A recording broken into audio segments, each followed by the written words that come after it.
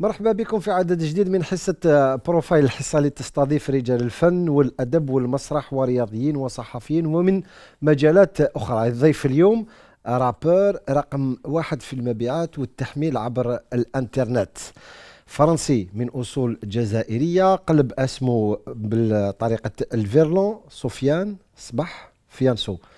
Bienvenue Fianso, Merci. bienvenue chez vous quelque part, hein. Merci Najib, merci beaucoup. Vous venez souvent au pays? Je viens souvent, ouais, je viens souvent. J'ai peu l'occasion de remonter dans ma montagne pour voir ma famille, mais en tout cas, depuis l'année dernière, ouais, je commence à venir pas mal. Et puis sinon, depuis l'enfance, depuis toujours. Des visites régulières, on Bien va dire, sûr, pour se ressourcer, pour voir la famille, pour... parce que c'est la base. Parce que c'est la base de tout. Et nos parents, enfin mon père a tenu à ce qu'on sache d'où on vient, et on en est très fiers, et voilà, tout simplement. Et je pense que je ferai pareil avec mes fils. Très bien. Donc on va essayer durant ces quelques minutes de parler de votre carrière en tant qu'artiste, Mhm. mais aussi de parler de l'homme, d'aller au bout de certaines choses. Avant d'arriver à votre parcours d'artiste, vous avez commencé justement, vous citiez votre père, vous avez commencé jeune à travailler avec votre père sur les marchés. Est-ce que vous Ouais. pouvez nous parler déjà de cette période? Comment vous l'avez vécue? Bah, cette période, mon père devait avoir la quarantaine, un peu moins. Et voilà, de petit boulot en petit boulot en petit boulot, il a décidé de plus avoir de patron. Donc voilà, il s'est lancé lui-même sur les marchés. Voilà, il déballait sa marchandise tout simplement. Et puis c'est naturel, c'est naturellement, c'est normal. Quand on n'a pas cours, bah, on va aider papa. Et puis au final, on a plus envie de passer du temps avec lui qu'autre chose. Et puis ça m'a appris beaucoup de choses. Je suis quelqu'un de très timide à la base. Ça a cassé ça. J'étais quelqu'un de réservé étant petit. Ça a vraiment cassé ça. Ça m'a donné ce rapport à la vente, ce rapport à l'humain. Cette manière d'être avenant avec les gens, d'aller vers les gens. Et ça, je le dois à mon père. C'est à partir de là que s'est forgée votre personnalité? Complètement, complètement. De toute façon, à partir de là et surtout ces traits de caractère que j'ai pu voir chez mon père avant. Donc oui, mon père a une place centrale, faut le savoir. Donc oui, j'ai partagé des années avec lui, à travailler avec lui, et c'est des souvenirs en or. Justement, les gens qui ont un profil, on va dire, similaire au vôtre, c'est-à-dire qui sont nés en France et qui ont des origines étrangères, notamment maghrébines, le père, ou le Chibani comme on dit, hein, présente une place assez particulière. C'est soit l'idole, soit une sorte de personnage qui les influence pendant toute leur vie. Vous, comment ça a été justement vos rapports familiaux? Mes rapports familiaux, ils ont été progressifs. Progressifs parce que bah, à l'adolescence, la première personne à qui on a envie de montrer qu'on est un homme et qu'on a grandi, c'est à son père. Donc des fois, les rapports... Oedipien. Oedipien, c'est large, mais pas conflictuel, mais voilà, on essaye un petit peu de gonfler les épaules, et puis c'est son père, donc on se calme très rapidement. Et donc j'ai eu un rapport très... C'est vrai qu'on idéalise. On idéalise parce que nous, on est né en France, on se rend compte à l'adolescence et arrivé au début de l'âge adulte de ses efforts, de cette histoire que lui a pu avoir. Changer de pays du jour au lendemain, tout recommencer, avoir une personne de sa famille, deux personnes ou personne du tout dans tout le pays, être seul. Tu vois, ça c'est... je pense que on a beaucoup de leçons à apprendre de nos pères, déjà ne serait-ce que par ce voyage, par ce courage, par cette manière qu'ils ont eue cette abnégation, de se mettre eux de côté. Moi, j'ai vu mon père se lever tous les matins à 5 heures du matin pendant 30 ans. Je ne sais pas si, moi, de ma génération, on pourrait le supporter, C'est on la pourrait valeur du l'encaisser. travail. C'est clair, c'est clair. C'est la valeur du travail, le respect du travail, et puis surtout le respect du sacrifice. Et justement, qu'est-ce qu'il a pensé au moment où euh, vous lui disiez, voilà, je veux être artiste, je veux être Je n'ai jamais chanteur? dit ça.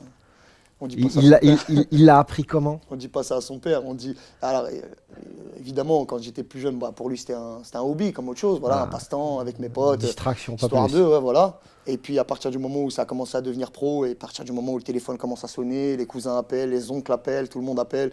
J'ai vu ton fils à la télé, j'ai vu ton fils là, j'ai vu ton fils là. Il commence à se rendre compte que c'est sérieux. Après, on a vraiment. J'ai un hachement avec mon père. Et il l'a bien pris ou il l'a mal pris? Souvent, on dit que voilà, ils le prennent mal parce qu'ils Non, se il l'a disent voilà, non, il l'a bien c'est pris. une déviance, le milieu artistique n'est pas fait Non, il l'a bien pour pris. nous. Il l'a bien pris parce que ça m'arrive à un moment de ma vie où je suis construit en fait. Tu vois, ça m'arrive à un moment de ma vie où je suis déjà papa, j'ai déjà une maison, je suis structuré, alhamdoulilah, j'ai pas 17 ans, je traîne pas dans les rues. Tu vois ce que je veux dire?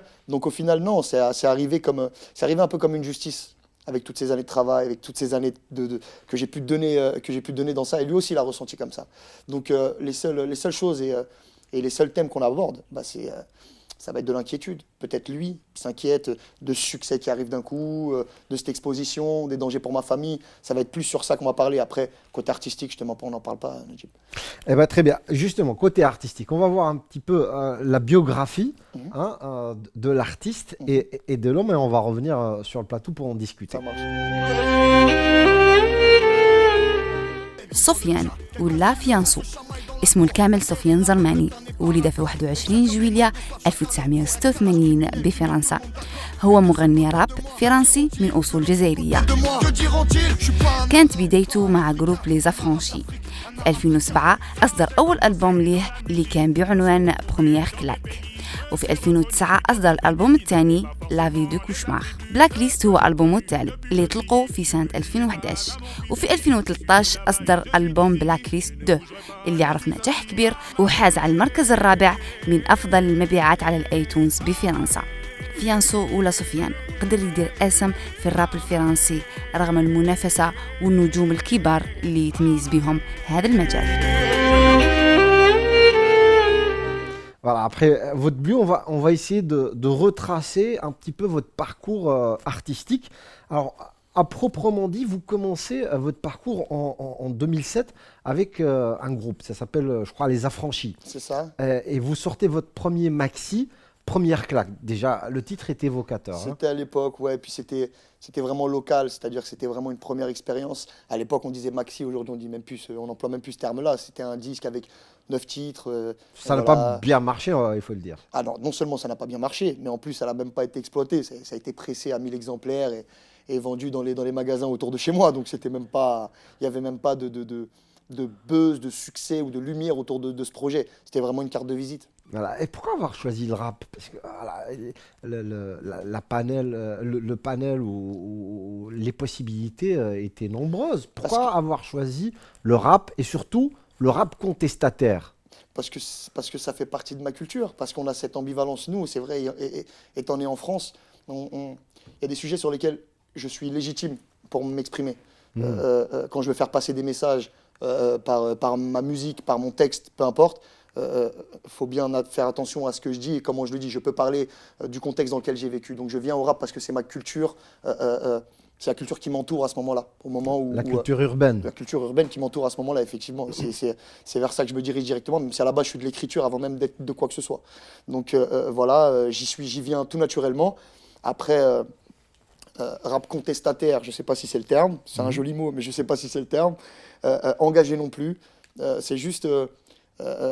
on a un rap, je fais une musique, on fait du divertissement, donc on divertit les gens. Après, si des fois il y a moyen d'y mettre du fond, d'y mettre du message et d'y mettre de la parole sensée, on essaye au maximum. Justement, qui a été à l'origine de vos influences en rap? En rap. IAM, NTM. Alors un peu, même si c'est un peu vieux pour ma génération, ça, j'ai pas grandi avec IAM NTM, leurs albums étaient déjà sortis. Au moment où moi je me mets à écouter du rap et au moment même où le rap devient populaire vraiment en France. Ça a été beaucoup des collectifs comme la Mafia Qu'un Free, des collectifs comme le Secteur A qui tournaient beaucoup, des rappeurs comme, étant plus jeune, ouais, des rappeurs un peu spé comme Salif qui fonctionnaient bien en France et qui utilisaient nos mots et qui nous parlaient vraiment. Voilà. Qui boxait avec les mots. Complètement. D'ailleurs, une grosse dédicace à Lino d'Arsenic avec qui je travaille beaucoup et qui dit cette phrase « je boxe avec les mots ». Très bien. Justement, ce qui est inhabituel pour vous, c'est que vous n'avez pas, entre parenthèses, trop galéré. Le succès est arrivé assez vite. Justement, on va en parler juste après la pub. فاصل قصير ونعاودوا نولوا باش نتحدثوا على مشوار والفنان اللي معنا حاضر اليوم الضيف فيانسو. قعدوا معنا فاصل قصير ونولوا.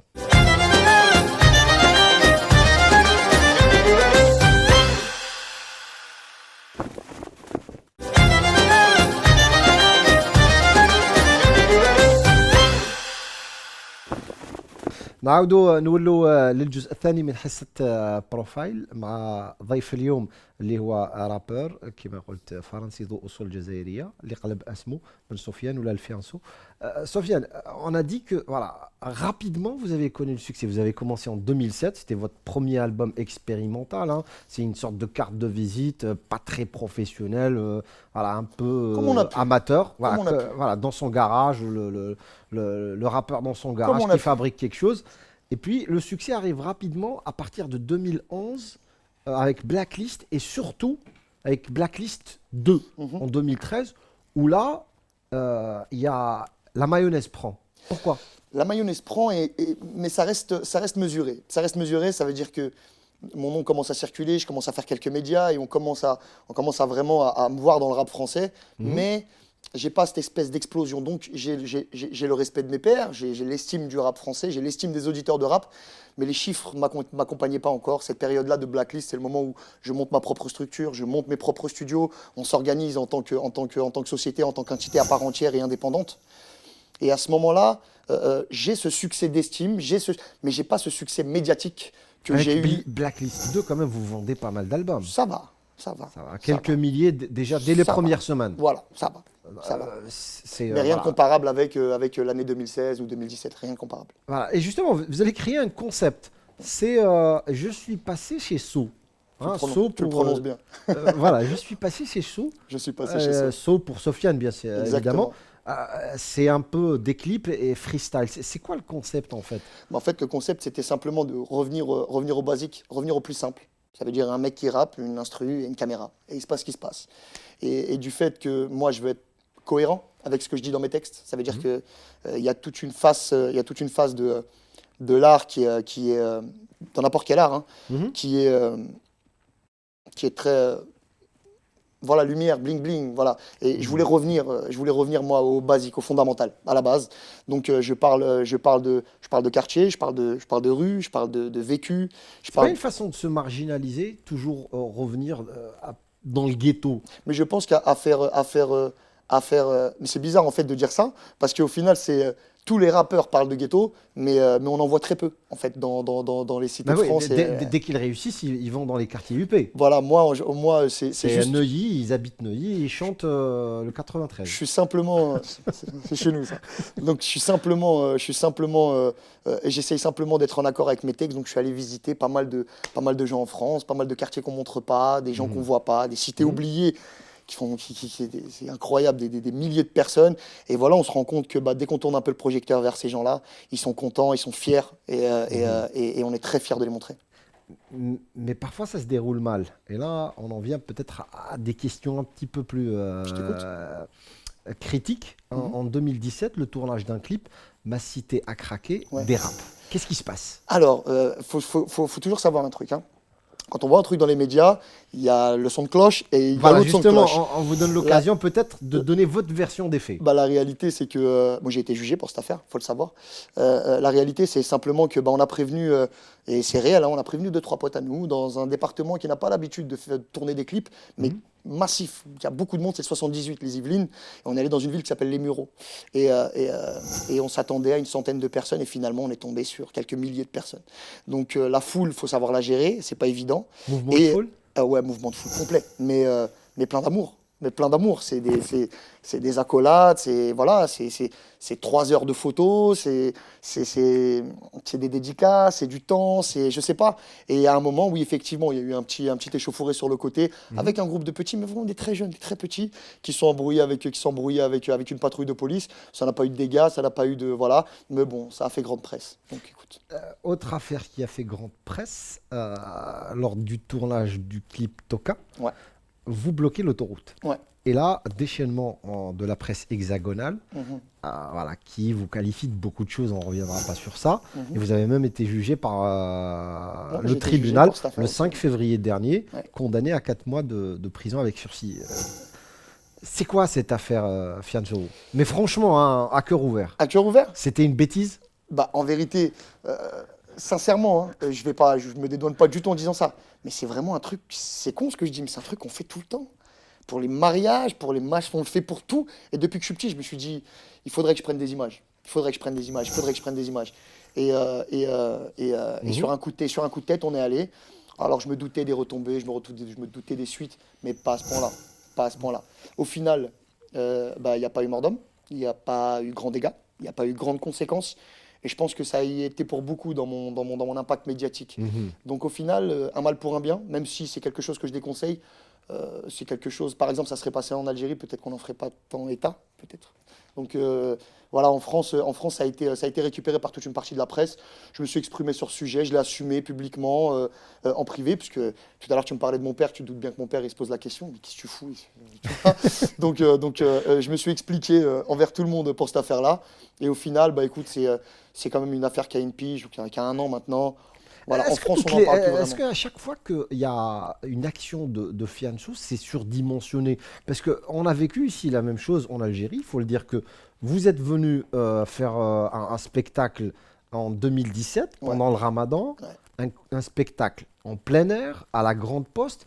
Un endroit qui n'est pas coutumier de ce genre de spectacle. Un monde assez important, on a parlé de 30 000, de 40 000 personnes. C'est la surenchère. Voilà, c'est la surenchère. Et puis, on a dit qu'à la fin, ça s'est mal passé.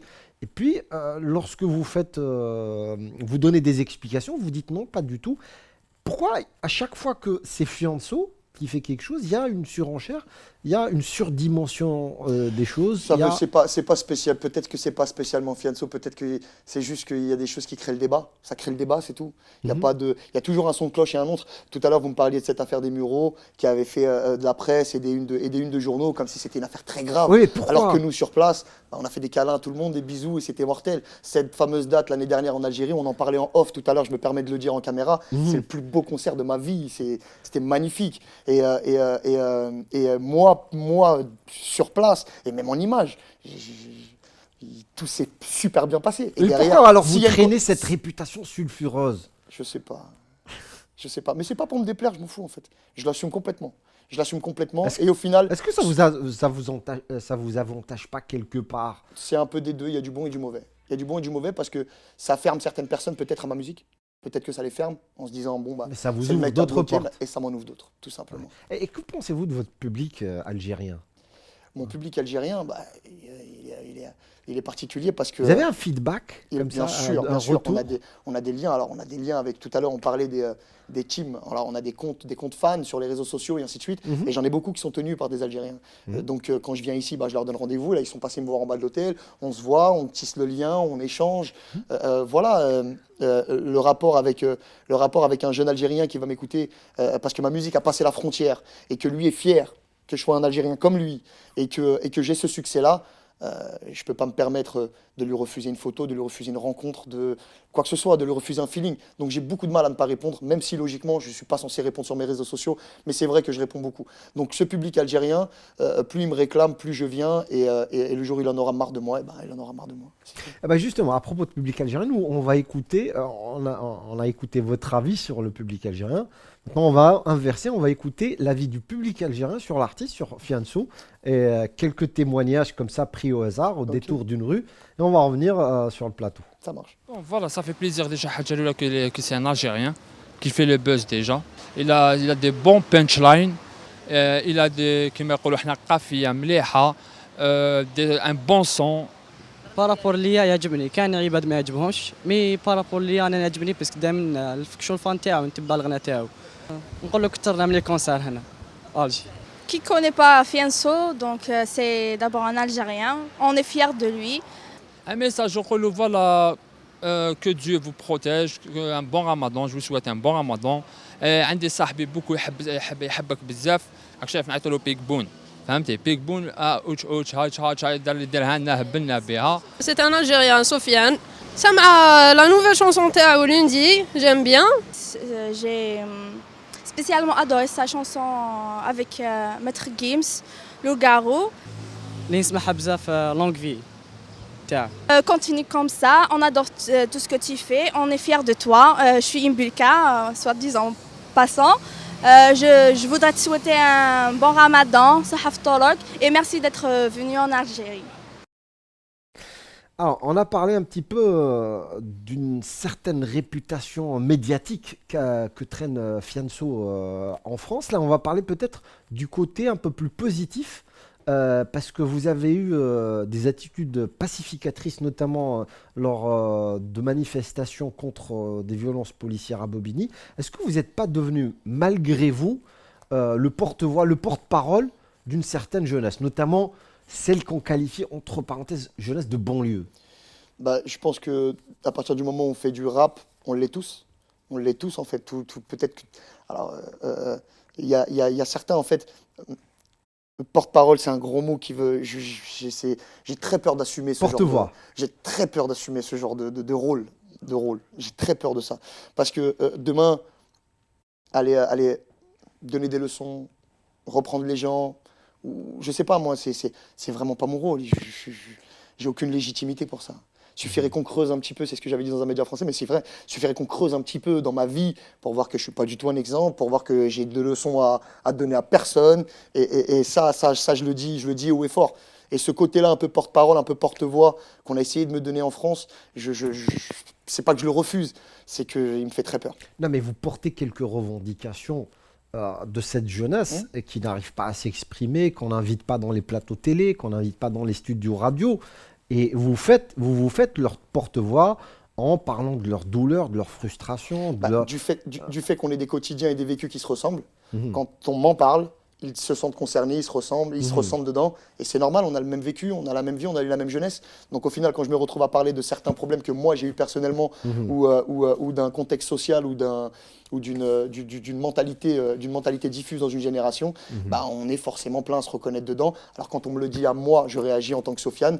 Et si la vie de Sofiane fait en sorte que les autres se reconnaissent, eh ben, j'en suis très fier. Et si on inversait les rôles, est-ce que justement ces jeunes de banlieue issus dans leur grande majorité de l'immigration se reconnaissent dans ce que dit ou dans les paroles de Fianso?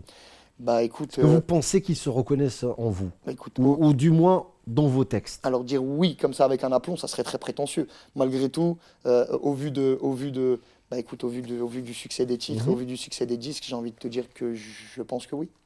Voilà, tout simplement. Très bien, on va continuer notre débat à cœur ouvert, juste après une deuxième pause publicité. Je t'en prie. Et on revient. قعدوا معنا فاصل قصير ونعاودوا نولوا للحوار الشيق مع ضيف الحصة فيانسو.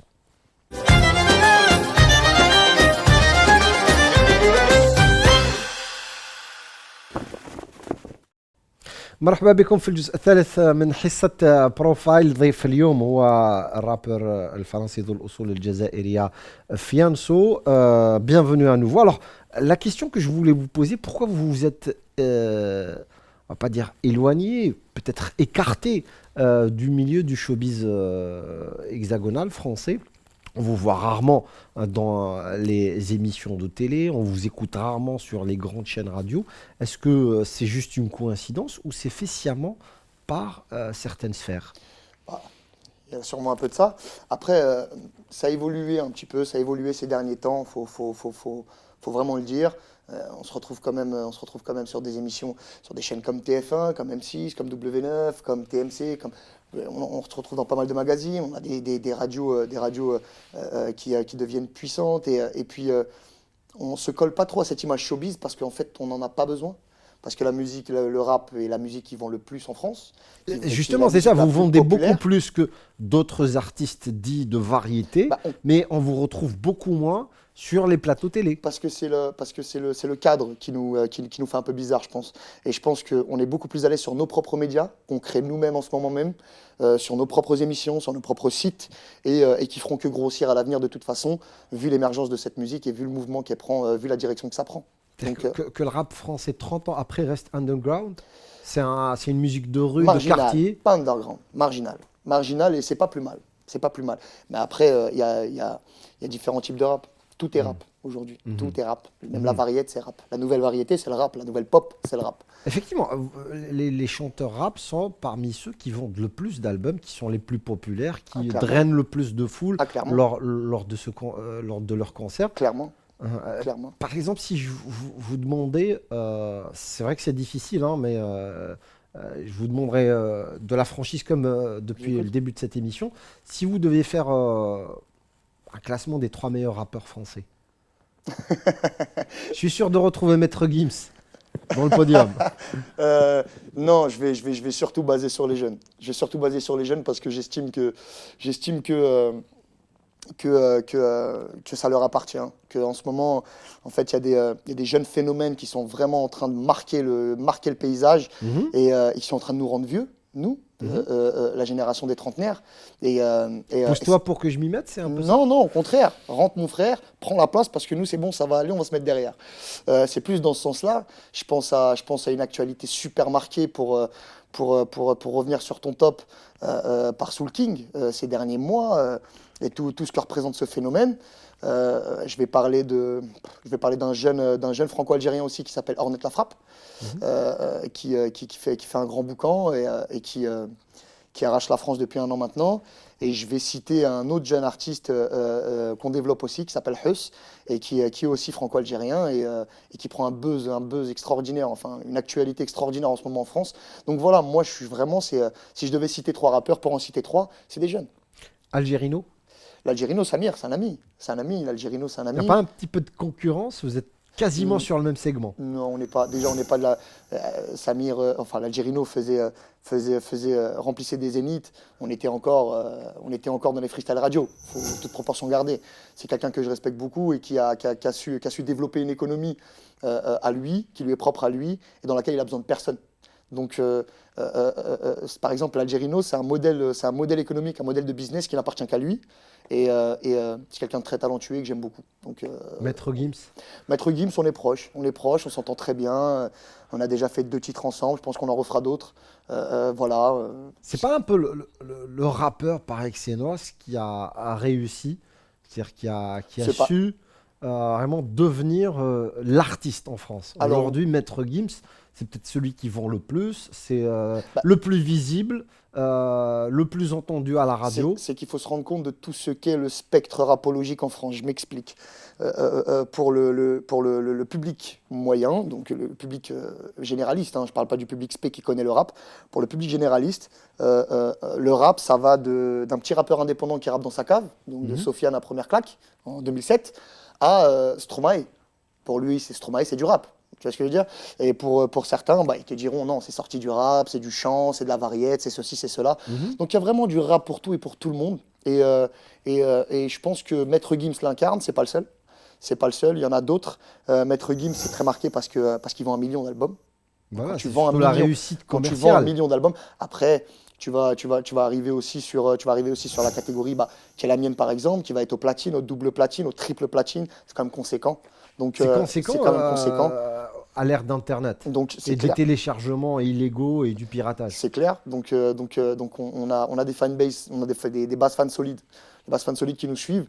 Et puis ça me fait plaisir que tu le cites parce que c'est un ami. Donc oui, Gims sacralise un petit peu cette image-là. Très bien. On va passer au diaporama. On va afficher une image, une photo. Et on va laisser Fianso commenter, libre de ses choix de commenter ou pas. Ça marche. On va commencer par la première photo. Qu'est-ce que ça m'inspire? Oui, éventuellement un commentaire. Des pionniers, c'est des pionniers. Je vais surtout faire une dédicace à Malek, Shriman, qui est juste derrière, qui est un ami. Et voilà, ouais, c'est des gens qui nous... C'est le rap marseillais en plus. Et encore, je ne sais même pas si c'est le début du rap marseillais. Parce que le rap marseillais, c'est un peu comme le rap parisien, c'est un peu comme tous les raps. Il a grave évolué. C'est une école marseillaise, c'est une école très connue en France. Mais, et d'ailleurs ailleurs aussi. Mais ouais, Yam, du respect. Du respect. Mes hommages, messieurs. Bravo pour le parcours. D'accord. Ça, c'est l'emblème, ça. Ça, c'est l'emblème. C'est difficile d'être... c'est l'image de ralliement. On dit souvent qu'avoir une double culture, c'est enrichissant, mais en même temps, c'est difficile à porter. C'est comme tout, ça a des avantages et des inconvénients, c'est comme tout. C'est comme tout. Après, double culture, c'est quoi, au final? Notre double culture, c'est pas forcément la culture algérienne et la culture française, parce qu'au final, la culture française, on la vit comme des Algériens de France. Donc la double culture qu'on a, c'est Algérien de France et Algérien tout court. C'est ça, notre double culture, en fait.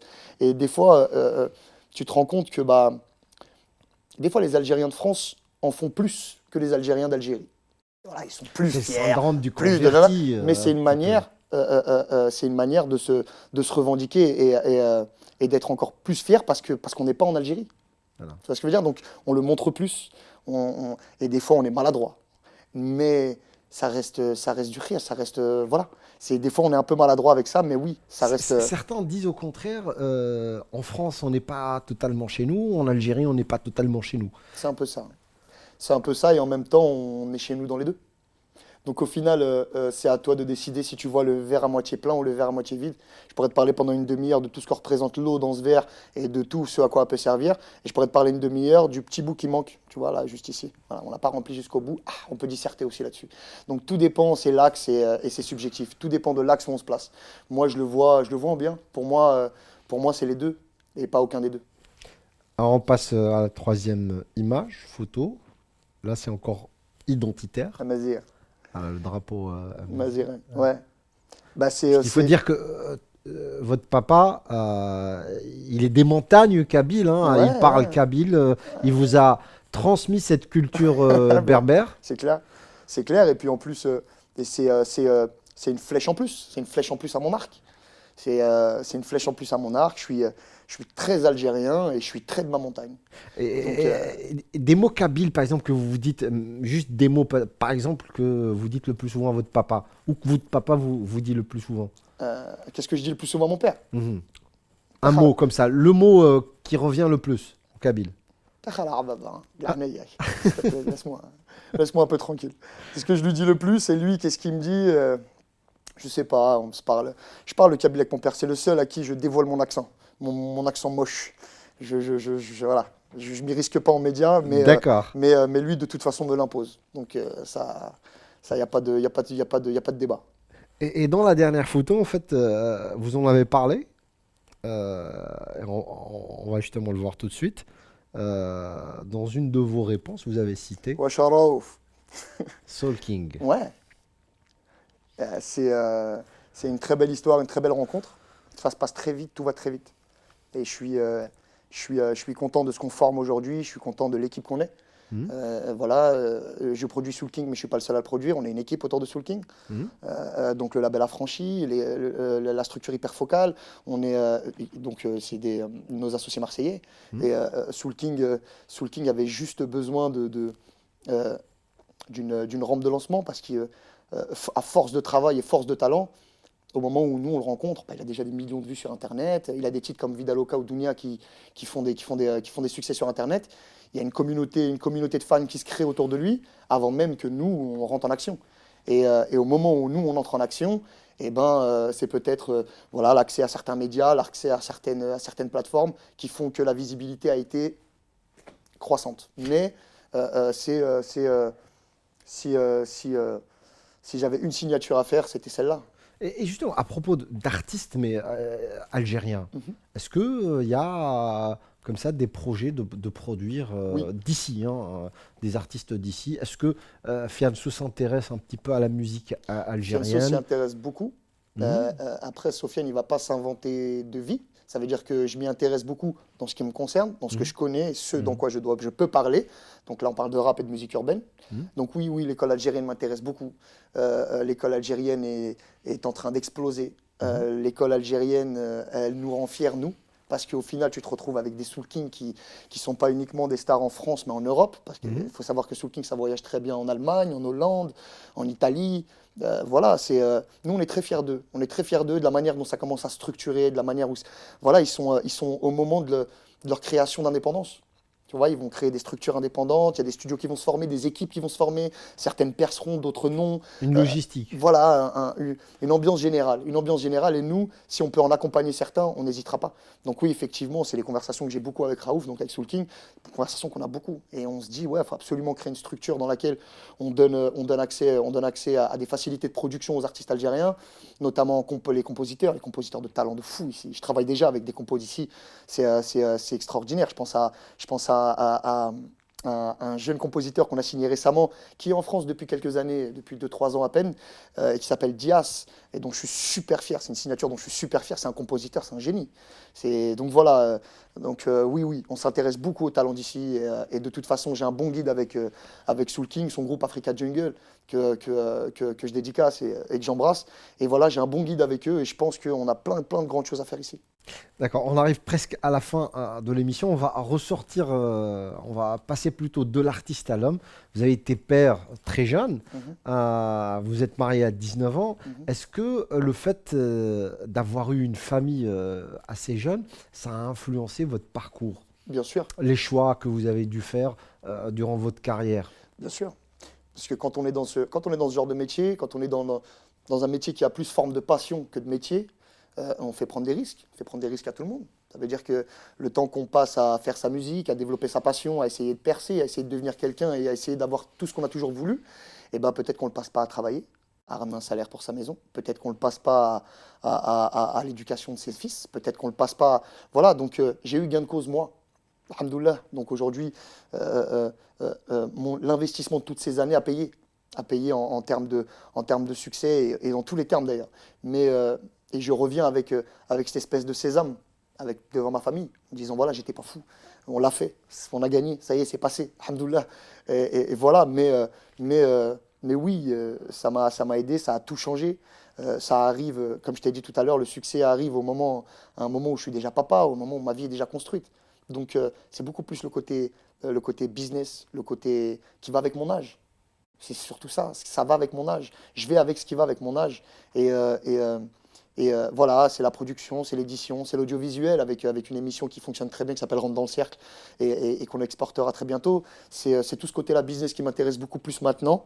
Et le rap, eh ben, écoute, ça m'accompagne parce que ça reste mon métier. Mais l'âge grandissant, on va peut-être se calmer.